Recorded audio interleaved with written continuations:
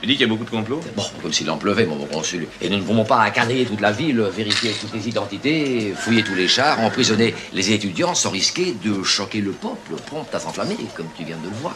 Alors je ne vois qu'une solution. Organiser nous-mêmes un complot. Ce qui nous permettrait de rallier les mécontents, donc de les connaître. Et nous donnerait le moyen, après que César eut échappé à un faux attentat, d'arrêter sans étonner personne le plus grand nombre de suspects. Génial, consul, génial. Mais il faudrait trouver un meneur, un agitateur habile, à notre entière dévotion, évidemment. Et tu n'as pas dans ton entourage quelqu'un d'assez intelligent? Laissez-nous! Bah, mon bon consul, dans mon entourage, il n'y a que des gens de la police. Alors pour trouver quelqu'un d'intelligent là-dedans... Oui. Alors quelqu'un de très bête. Ce qui pour nous sera aussi bien. Ah ben, au pays... Oh, s'il te plaît, perds cette habitude de saluer 15 fois par jour, ça m'horripile. Alors j'ai arrangé le coup avec les gardes de la route. Ton fils a été libéré. bon, regardez cette allure. Hein. Allez, va dans ta chambre. Ne te fous pas de ma gueule, hein. Et n'oublie pas que la prochaine fois, fils de consul ou pas, tu restes en cabane. Comment ça va en ville? Tout baigne dans l'huile, noble consul. Le meneur de la manif est au cachot en attendant d'être jeté dans l'arène. Et le peuple? Aucune réaction à craindre, ce meneur. C'est un petit garagiste sans importance. Si j'ose me permettre, c'est même dommage de le faire bouffer par les lions parce que c'est le seul qui sache bien réparer les chars dans ce foutu pays de merde. Faut dire qu'on se demande ce qu'on a fait aux dieux pour se retrouver dans un bled à la con pareil. Et tout ça pour faire plaisir à un emport débile qui, lui, pendant ce temps-là... Enfin, excuse-moi, c'est les nerfs, on est surmené. Oui, je sais. Laisse-nous. Ah! Bordel d'uniforme, de putain de métier de con, de nom de Jupiter, de saloperie de cap de merde! Tu vois, je ne te mentais pas en te disant que les hommes en avaient plein le cul. Plein le cul. En tout cas, cet imbécile m'a donné une idée. Ce garagiste qui a été arrêté, comment s'appelle-t-il? Ben-Hur Marcel. Pas très romain, ce nom-là. Hein? Enfin, c'est pas plus mal. C'est tout à fait l'homme qu'il nous faut pour organiser un complot bidon. Tout le monde l'a entendu gueuler sur la place. On l'a arrêté. Personne ne mettra en doute son envie d'abattre César. Génial, consul, génial.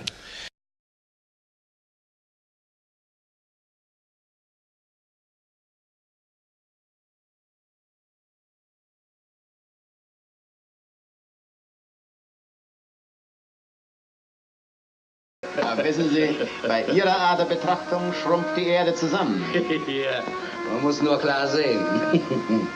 Also, hier in London sitzen Sie. Und Sie? Wir beide. Hier nach Wien kommt mein Bruder Salomon. Salomon Rothschild. Richtig. Hier nach Neapel setzen wir meinen Bruder Karl. Karl Rothschild. Natürlich. Also. Und passen Sie mal auf. London.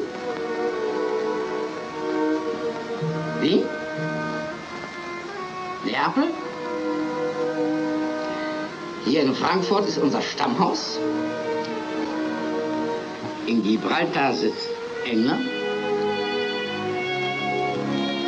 Na, was liegt da? Jerusalem. Wollen Sie da auch eine Filiale gründen? Umgekehrt, mein lieber Harris. Die Filialen von Jerusalem sind wir.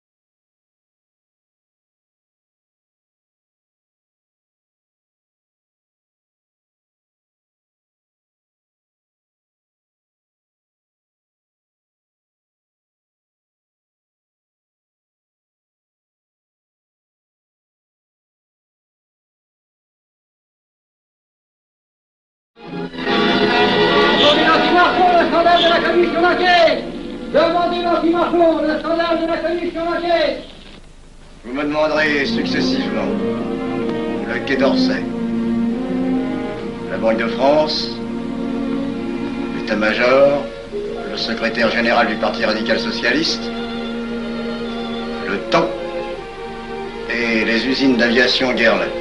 Bien, monsieur.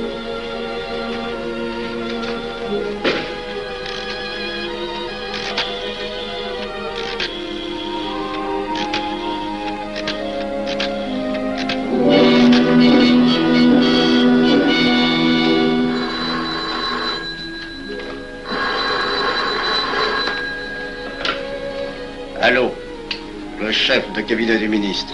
Allô? Mais oui, passez-le-moi.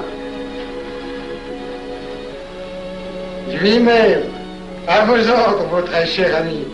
Je ne peux rien vous dire par téléphone. Il pleut. Vous me comprenez? À merveille. Alertez tous nos amis à l'étranger. Qu'en aucun cas, on ne parle de nous. Silence. Compris. Allô? Ici, Général Maisonnat. À vos ordres, mon cher Larivière. Je compte sur vous, mon cher général, pour que l'armée ne varie pas politiquement. Elle doit rester divisée, avant tout. Ne craignez rien, j'ai déjà procédé à des changements importants. Tous les officiers suspects d'être contre nous ont été éloignés de Paris et séparés les uns des autres. Mes frères, il est indispensable de franchir cette mauvaise passe. Il ne faut pas trop de mouvement de bourse. N'est-ce pas, mon frère sous-gouverneur? Nous maintiendrons la monnaie. La presse de droite doit essayer d'attaquer la presse de gauche. Pendant quelque temps. Pour donner le change. C'est entendu.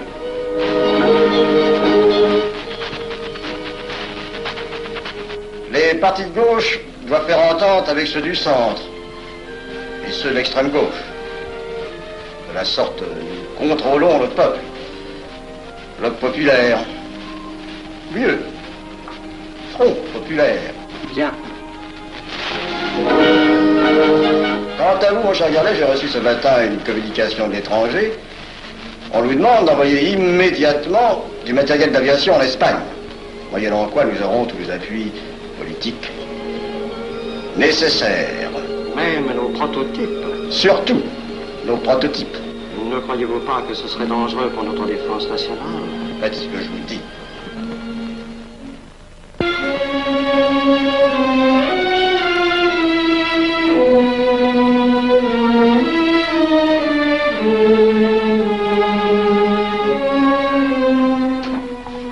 Monsieur Avenel, faites entrer. Ah, bonjour, cher ami. Comment on va? Bien, merci. Ah, je vous ai fait appeler. Que se passe-t-il? On ne vous voit plus. Vous le boudez? Oh non. Cigarette. Non, merci.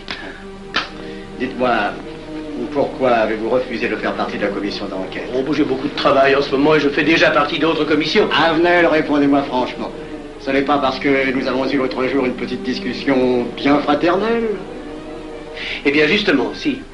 Je voudrais vous parler de la franc-maçonnerie. Ah, mais bien, voyons, mais bien entendu. Asseyez-vous. Alors? Ah, je vous écoute.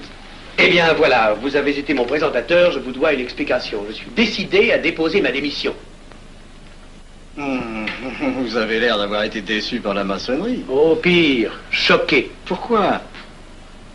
Et confessez-vous, mon vieux. Vous ne serez pas le premier maçon qui m'aura ouvert son cœur. Qu'est-ce qu'on vous a fait? Mais à moi, personnellement, rien. Mais je trouve ce milieu maçonnique... Pourri d'arrivistes écœurants. Je vous l'accorde. Ah, je ne vous le fais pas dire. Oh, croyez-vous que je sois dupe? Alors, je ne comprends pas. Tant de vertu affichées sur le programme à la porte. Tant de mystères à l'intérieur pour ne cacher que ces petites combines, ces appétits de comitard. Je m'attendais à trouver des hommes dévoués, sinon supérieurs.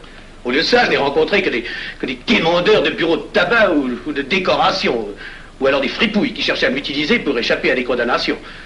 En dehors d'eux, des phraseurs, des sectaires, ignorant tout, ne connaissant rien de l'histoire de leur pays, rien de l'histoire du monde, rien de la politique, rien de la philosophie, rien. Ah, des cerveaux vides, mais des dents longues et des langues folles. Et c'est cela qui gouverne la France. Quel grade avez-vous maintenant? J'ai été initié à la maîtrise il y a peu de temps. Eh bien, si vous avez le courage de vivre encore quelques années dans la médiocrité des ateliers bleus, vous passerez ensuite aux ateliers supérieurs. C'est mieux? C'est autre chose. Voyons, vous êtes 33e, n'est-ce pas? C'est le grade le plus haut dans la maçonnerie. Mon petit Avenel, je vais vous révéler, quoique je ne le doive pas, ces fameux secrets maçonniques dont on fait tant de mystères. En maçonnerie, on cache tout aux petites gens. En bas, vous ne savez rien. En haut, vous commencez à voir un peu plus clair dans le jeu mondial. Moi-même, je ne suis pas totalement éclairé sur les intentions des dirigeants de notre ordre. Et quand je dis dirigeants, je me trompe. Il n'y a pas de chef chez nous. Il n'y a que des exécutants. Je suis un pion sur un échiquier, j'accomplis une fonction. Je reçois des messages. J'obéis.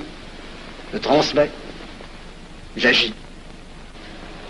Mais qui dirige? Personne.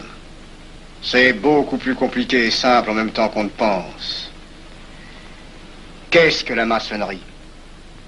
Des groupes d'hommes qui se sont réunis aux quatre coins de l'univers pour enserrer le monde dans un réseau aux mailles infranchissables. Nous sommes 50 000 en France, 500 000 en Angleterre, 3 millions en Amérique, c'est peu. Mais c'est énorme, parce que nous formons un bloc uni d'une seule volonté. Nous rayonnons partout, nous commandons partout. Ici, 300 parlementaires sont francs-maçons.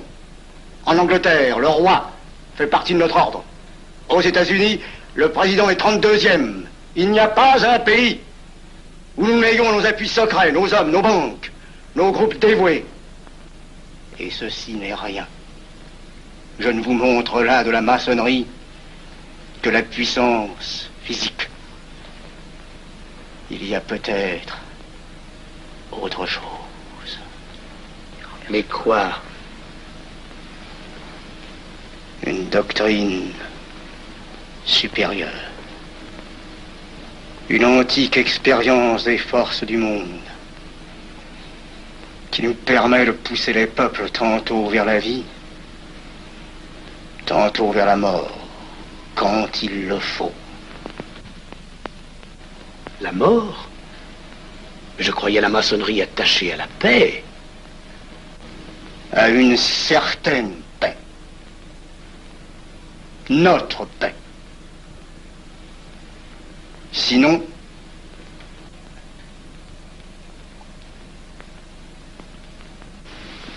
alors, cette démission, je vais réfléchir.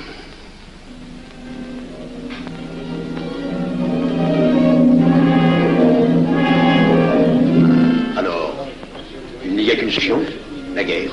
Pour réussir à déclencher la guerre, la maçonnerie a besoin de tous ses hommes. Sur combien de voix pouvons-nous compter à la Chambre? Nos frères parlementaires sont à peu près tous sûrs. Sauf un que j'oserais nommer, car il fait partie de notre loge. Dis donc, Avenel. Il tient des propos contre le Grand Orient et qu'il accuse de vouloir déclarer la guerre à l'Europe. je n'ai jamais eu confiance en ce type-là.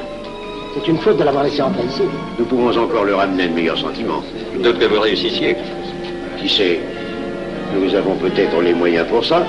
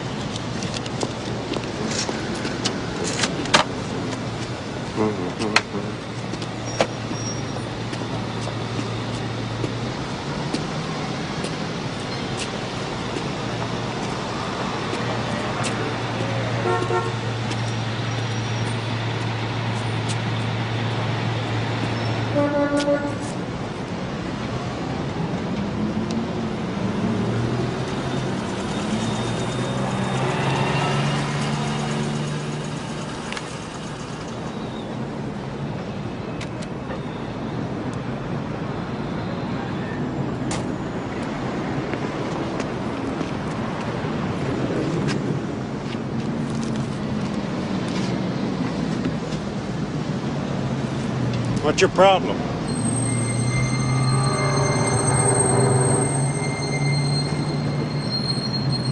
I said, what's your problem?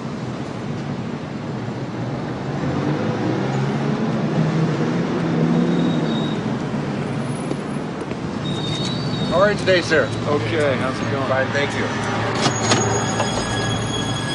Thank you, sir.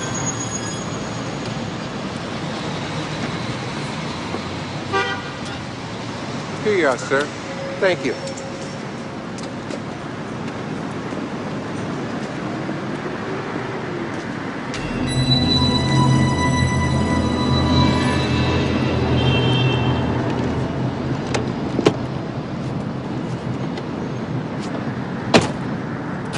Hey, buddy.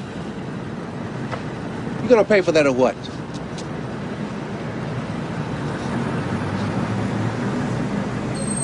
Look, buddy, I don't want no hassle today. Either pay for it or put it back.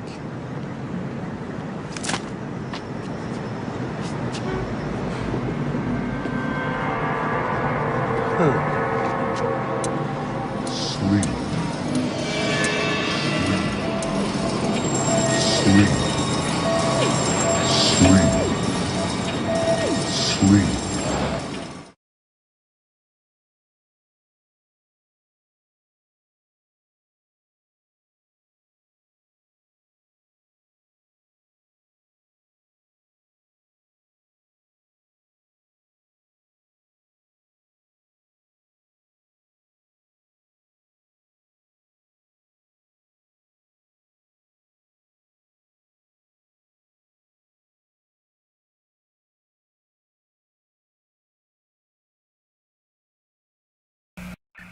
Sit rep as follows.